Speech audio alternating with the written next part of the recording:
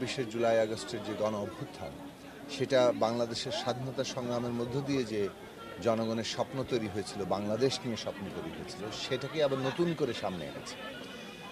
প্রত্যেক নাগরিকের জন্য যে সুযোগের সমতা, মানবিক মর্যাদা, সামাজিক ন্যায় বিচার প্রতিষ্ঠার অঙ্গীকার ছিল এই রাষ্ট্রে, ৫৪ বছরে তো সেটা প্রতিষ্ঠিত হয়নি। জুলাই আগস্ট আবার বৈষম্যহীন বাংলাদেশের স্বপ্নকে সামনে এনে ৭১ সালকেই নতুন করে আমাদের সামনে হাজির করেছে। মানুষ যেভাবে আত্মত্যাগ করেছে এই জুলাই আগস্টে, যেভাবে শহীদ হয়েছে, আহত হয়েছে, এই মধ্য দিয়ে আরেকটা সুযোগ বাংলাদেশ সামনে এসছে যে আমরা কিভাবে আমাদের রাষ্ট্র এবং আমাদের সমস্ত আয়োজনকে জনগণের পক্ষে নিয়ে আসতে পারি, জনগণের রাষ্ট্র তৈরি করতে পারি। তো সেই লড়াইটা চলছে, সেই কাজটাও চলমান। আমরা আশা করি যে দেশের রাজনৈতিক শক্তিসমূহ এবং দেশের জনগণ এই যে একটা গণতান্ত্রিক রাষ্ট্র নির্মাণ আমাদের জরুরি আমাদের নাগরিকদের জন্য, সেই জায়গাটার বিষয়ে তাদের যে সচেতন ভূমিকা, সতর্ক থাকা এবং ঐক্যবদ্ধ থাকা, এই জায়গাটাতে তারা ভূমিকা রাখবে।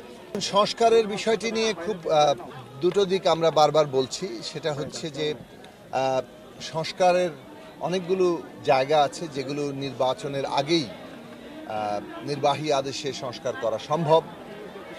আবার অনেকগুলো সংস্কারের প্রশ্ন যেগুলো মৌলিক, কাঠামোগত, সাংবিধানিক, সেগুলো আসলে নির্বাচিত প্রতিনিধিরাই করতে হবে। সেই নির্বাচিত জনপ্রতিনিধিরা ছাড়া সংবিধান পরিবর্তন করা তো আসলে কঠিন।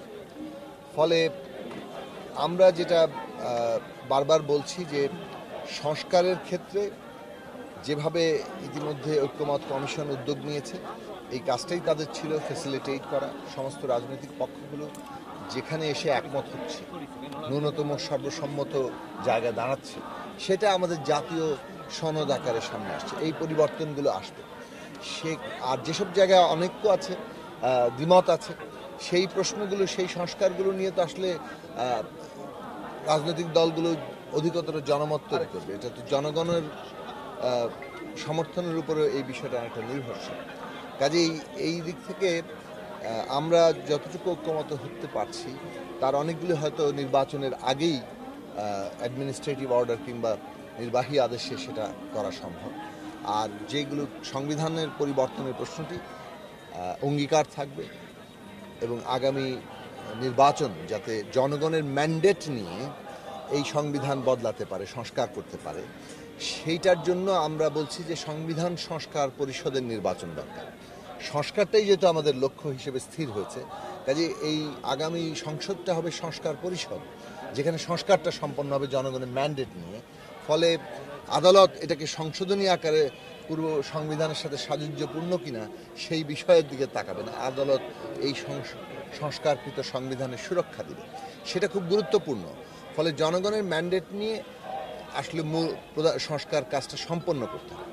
ফলে যে সময় আছে এই সময়ের মধ্যে ঐক্যমত্য তৈরি হওয়া সম্ভব এবং এই ঐক্যমত্যের যে অংশগুলো নির্বাহী আদেশে বাস্তবায়ন করা দরকার, সেগুলো নির্বাহী আদেশে বাস্তবায়ন হয়ে যাবে। ফলে আমরা মনে করি যে যথেষ্ট সময় আছে সংস্কারের জন্য। উৎসবের খুশি হবে নগদে বেশি, কারণ ঘন্টায় ঘন্টায় আছে গিফট জেতার সুযোগ।